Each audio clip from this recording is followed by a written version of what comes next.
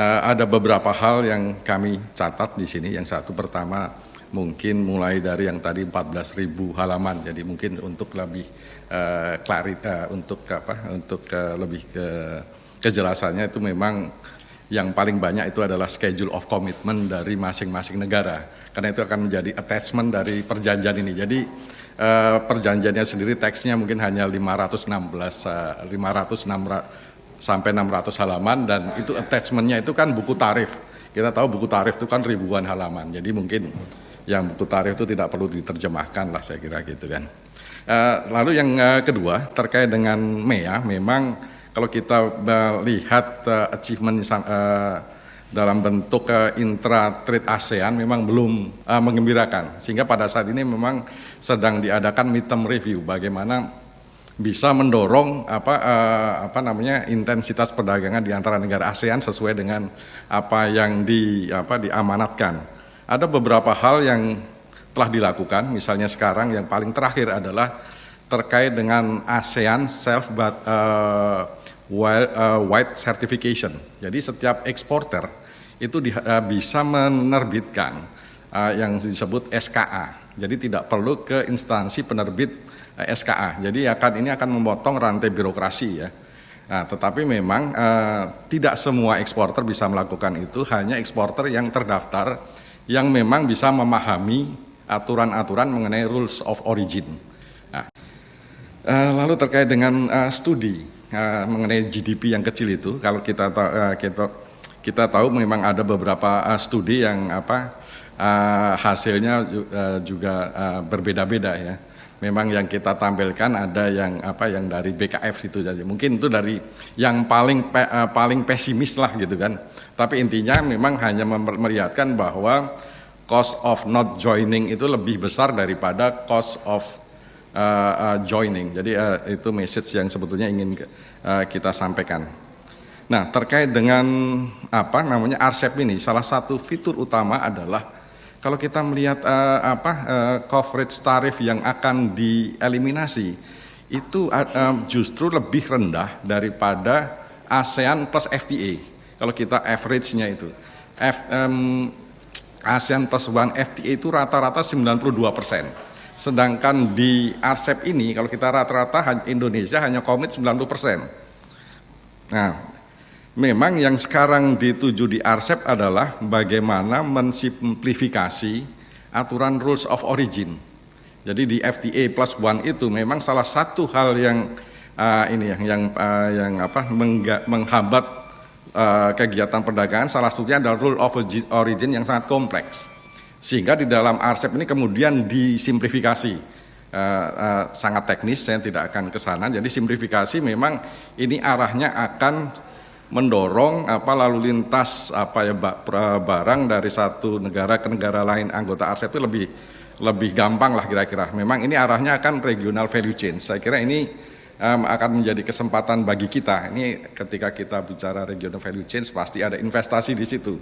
Nah, sekarang tinggal kita akan berada di mana di dalam regional value chain itu. Jadi ini merupakan peluang. Nah, terkait dengan pemanfaatan dari RCEP memang saat ini memang proses ratifikasi akan kita jalankan dan itu bisa berjalan 1,5 sampai 2 tahun, mungkin bisa lebih ya, karena proses politik di DPR. Tapi artinya ini akan memberikan kesempatan bagi kita untuk melihat bersama bagaimana kita memanfaatkan RCEP ini. Saya kira battleground-nya justru bukan untuk perundingan sudah lewat, sekarang battleground-nya adalah bagaimana kita memanfaatkan RCEP ini sebaik-baiknya sehingga kita bisa bersaing dengan Vietnam, dengan Malaysia dan lain-lain.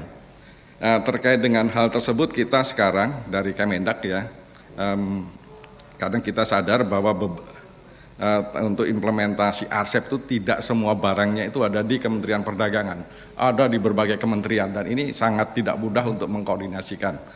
Nah, saat ini kita sedang mendorong suatu rencana aksi ya, sedang kita bahas secara dalam dengan kantor Menko Perekonomian dan juga Marves ya. Jadi nanti rencananya rencana aksi ini akan menjadi suatu platform bersama yang yang akan mengikat berbagai kementerian untuk bagaimana kita berbenah lah kira-kira terhadap karena RCEP ini.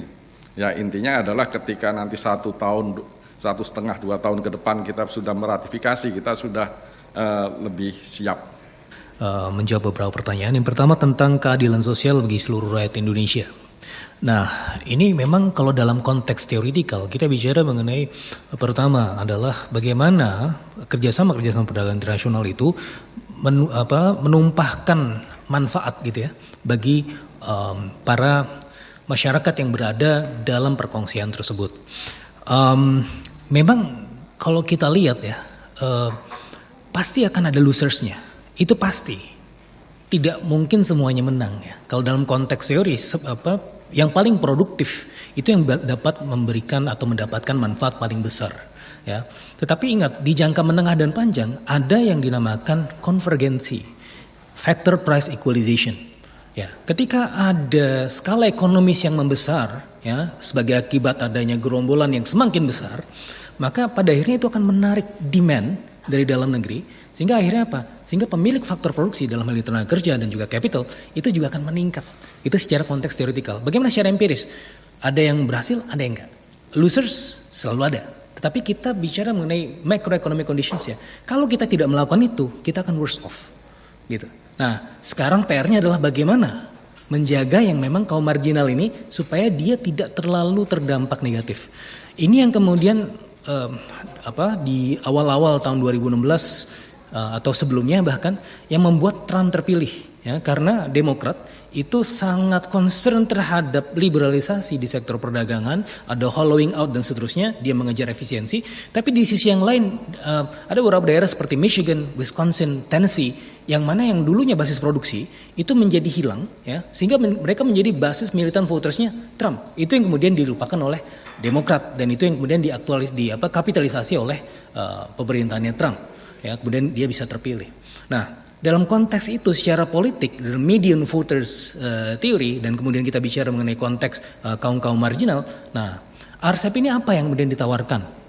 Ada pembenahan kapasitas teknis UMKM, kerjasama dan segala macam. Nah itu yang kemudian bisa meleverage UMKM itu supaya apa? Bisa berdaya saing di level global. Nah tadi sudah disampaikan oleh Pak Bernardino Vega tentang keberadaan fintech dan juga di RCEP itu dibahas sebenarnya bukan dalam konteks fintech tapi e-commerce. Tapi kalau kita bicara e-commerce, fintech itu sebenarnya berada dalam ekosistem yang sama.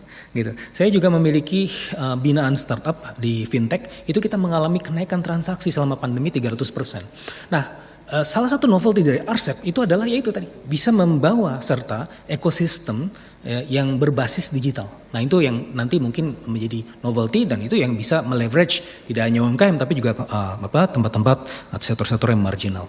Bagaimana RCEP bisa meningkatkan pertumbuhan ekonomi? Itu kok cuma kecil sekali. Nah, saya waktu itu pernah diminta oleh Kementerian Perdagangan waktu itu Direktorat PPI waktu itu kalau nggak salah dirjennya Pak Bahrul. Itu saya menjadi ketua tim kajian waktu itu di-assign sama LPM untuk kemudian menguji ya efek kalau misalnya kita gabung dengan kerjasama internasional apa dampaknya. Nah waktu itu yang kita ukur adalah untuk mencapai ini waktu Pak Jokowi jilid 1 ya, untuk mencapai pertumbuhan ekonomi 7% di tahun 2019 setidak-tidaknya kita butuh pertumbuhan ekspor year on year sekitar 12% ya.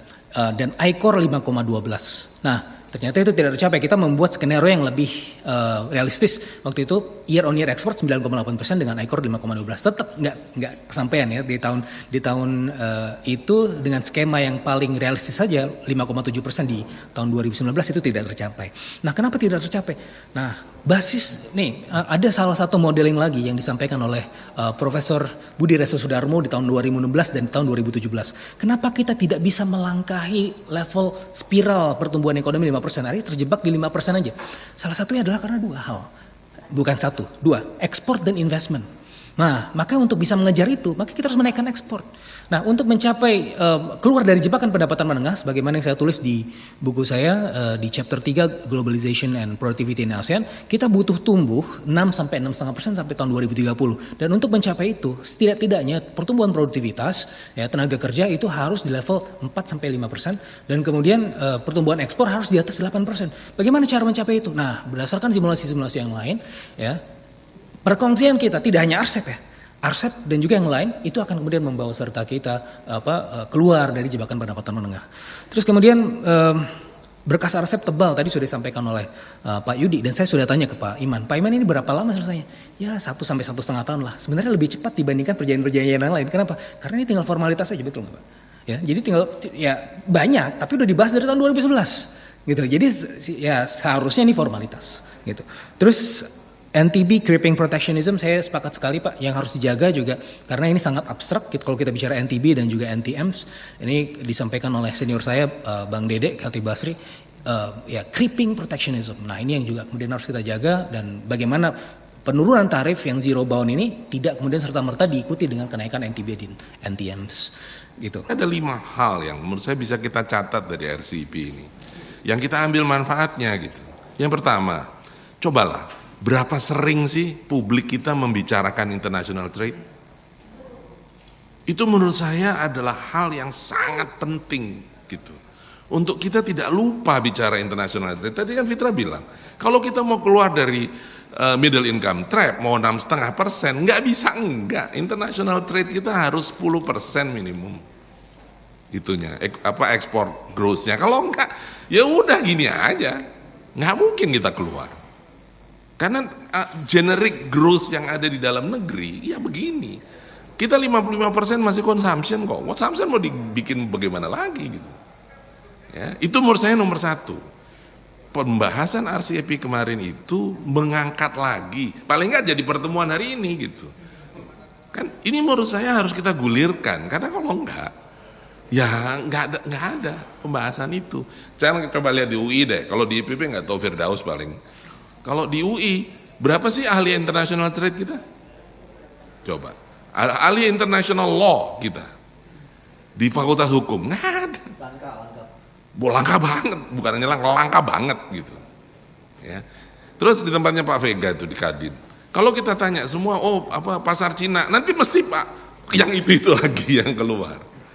Ya, ini menurut saya adalah salah satu manfaat yang bisa kita dapat. Yang kedua, Indonesia, this is Indonesia trade deal. Itu harusnya Pak Yudi, ayo dong, diomongin dengan keras gitu. Bangun kebanggaan, berdiri di atas panggung dunia bahwa kita did something. Kalau kita sudah seperti itu, terus kita lihat siapa NGO international trade kita, IGJ yang dapat nama juga. Tapi kalau kita itu mediocre, inferior, ya. Menurut saya harus kita jangan sampai direbut sama Cina ini. Jadi China trade deal enggak, ini this is Indonesian trade deal gitu. Ya. Saya sayang sekali Pak Iman udah mau pensiun. Kalau kita butuh Pak Iman lagi. Ya, itu menurut saya manfaat yang kedua yang harusnya lebih kita kapitalisasi. Yang ketiga, ini yang saya nggak tahu lah ya. Mari kita selamatkan multilateralism itu. Karena kalau kita dealnya hanya country by country, apalagi sekarang peer by peer transactionnya, waduh, capek banget. Tadi yang dikatakan masalah IPR lah, masalah human right. Gimana ngomong human right kalau dealnya adalah Indonesia Peru saja? Ya nggak bisa. Human right, IPR, digital arrangement harus dibikin di level multilateralism. Kalau enggak, gimana ada wasitnya, gimana ada netralitasnya. Jadi itu menurut saya RCEP adalah sinyal bahwa multilateralism is not dead yet, gitu paling enggak. Hidup ini masih gitu, yet karena agak beda ya. Itu menurut saya yang ketiga.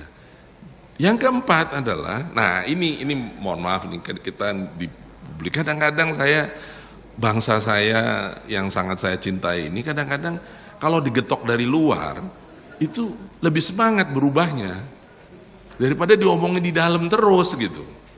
Jadi mudah-mudahan ada perjanjian internasional, ada Cina di situ, Jepang, wah kita sama dengan Jepang dengan Korea, pengen dong mulai berubah gitu. Karena yang tadi dibicarakan, ya iyalah, cuma 0,07%, kalau nggak berubah ya segitu memang.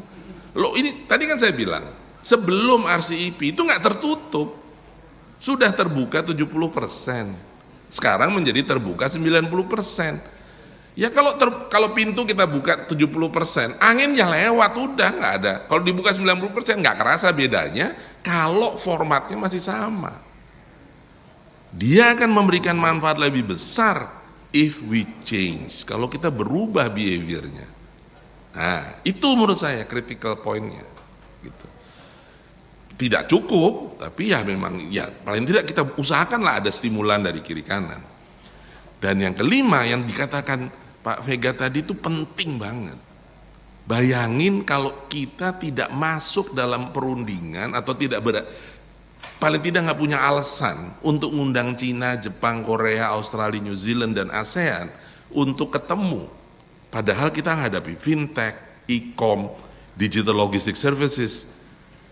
Kan paling tidak dengan adanya RCEP, kita bisa dong ngundang, kayaknya kita perlu ngobrol nih. Fintech kok majunya luar biasa, naik sampai 3 kali lipat. Ayo dong kita omongin, ini belum ada loh di dunia. Nah gitu. RCEP menjadi sebuah forum di tengah kekosongan, ya APEC nggak ada, TPP nggak ada, WTO-nya mandul kan. Kita punya RCEP, wah itu sebuah kesempatan untuk membahas yang tadi perkembangan-perkembangan baru gitu. Jadi kalau kita ambil 5 manfaat itu di luar masalah teknisnya, rasanya sih harusnya, lagi-lagi kita mau pakai ini gitu. Kalau saya sih mau, saya pakai. Jadi kalau perlu, nanti ada dong Trade and Human Rights Forum, based on RCEP, gitu. Itu menurut saya nggak apa-apa, jadi ada tempatnya gitu nanti. Jadi dalam konteks keadilan sosial, sayang Mbak, ini udah nggak ada. Betul, RCEP harusnya memberikan dampak. Tapi nggak fair juga kalau masalah keadilan sosial Indonesia dibebankan ke RCEP saja. Problemnya jauh lebih luas dari itu gitu. Ya kan? Jangan dong RCEP dibebankan untuk menyelesaikan masalah korupsi dan oligarki gitu. Ya, bahwa itu warning ya, tapi menurut saya ada hal yang harus juga kita tempatkan. Jadi poin saya adalah makanya saya tuh tadinya istri saya marah nih saya pergi ke sini. Terus aja, dia nonton nggak ya di Zoom, nggak tahu. Iya. Tapi saya bilang ini penting gitu karena ini bicaranya satu di gedung MPR dan kedua kaitannya dengan Pancasila dan Undang-Undang Dasar 45. Menurut saya paling tidak begitu saya lihat apalagi list teman-teman, kalau saya boleh sih Pak Yudi bikin lagi lah di antara kita yang bisa lebih seru diskusinya gitu.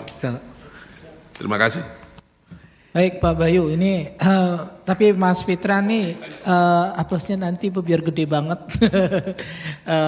Pak Fitra setengah menit aja ya kalau ada yang mau ditambahkan. Dikit aja, tadi saya lupa mengadres senior saya Pak Peter. Itu tentang pemberdayaan existing FTAs ya Pak Peter. Jadi sebenarnya kalau kita lihat kajian BKF dari existing FTAs pemberdayaannya itu atau utilization rate-nya itu kalau tidak salah sekitar 30%. Memang sangat rendah sekali ya dibandingkan dengan negara-negara yang lain. Nah makanya itu PR juga kita. Saya sudah menyampaikan kepada Pak Dirjen Ekspor, Pak Kasan, juga Pak Iman. Ya, PR terbesar kita adalah bagaimana orang tahu kita punya RCEP. Ini almost unheard of. Saya bicara sama wartawan, saya baru tahu Pak RCEP ketika kemarin ditandatangani gitu kan. Nah itu kan yang udah well informed ya. Bagaimana yang grassroots? Nah waktu itu saya sempat diperjalankan oleh teman-teman dari PPI untuk kemudian mensosialisasikan kita punya FTA apa aja. Nah itu kayaknya perlu kemudian dibuat secara lebih masif dan ya sampai level grassroots pun harus tahu. Oke, itu saja Dirvan. Ya baik, sebelum saya kembalikan ke MC, yang pertama tentunya saya tidak berkompeten untuk merumuskan dari semua yang apa kita diskusikan lebih dari 3 jam begitu ya. tadi catatan dari Pak Bayu itu saya catat semuanya 5 ya. Jadi Pak Bayu alhamdulillah kita bisa datang ke sini berkumpul. Ini adalah suatu keberkahan yang luar biasa ya untuk tadi Pancasila kita itu tadi disampaikan Mas Fitra ya dari sila pertama sampai sila kelima. Satu saja tadi sebetulnya Prof Devanto mengingatkan tentang SDM ya. Jadi ada suatu pendapat bahwa dengan kita bonus demografi puncaknya 2030, negara yang bisa sukses melewati bonus demografi itu pada puncaknya itu apabila dia memang bertumbuh di atas 7% bahkan. Nah kemudian tadi Pak Bayu, Pak Fitra, Pak Yudi kelihatannya nih ya Pak Mbak Rahmi ya, saya malah jadi penasaran nih, jangan-jangan nih simulasinya nih CGI-nya masih statik. Belum yang dynamic, jangan-jangan gitu ya. Karena saya nggak yakin masa sih 0,05 gitu loh. Kalau 0,05% tuh almost no significant lah ya. Kalau taraf nyatanya kurang dari 5% tuh dia nggak masuk gitu kan. Jadi kayaknya sih mungkin kita harus lihat lagi. Dan terakhir tadi betul Pak Bayu, kita punya FTA Center ya Pak Yudi. Tapi saya nggak tahu nih kan.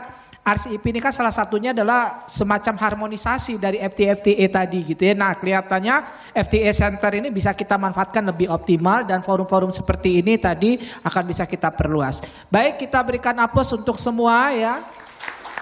Narasumber tadi mulai dari Bapak Ketua MPR, Pak Menteri Perdagangan, kemudian di sini ada Bapak Dr. Bayu Krisnamurti, Dr. Fitra Faisal, kemudian ada Pak Direktur Perundingan ASEAN begitu ya. Ada pembahas ya yang hadir semua di sini tetap sampai akhir acara. Kepada yang mengikuti virtual kami mohon maaf begitu ya karena keterbatasan waktu.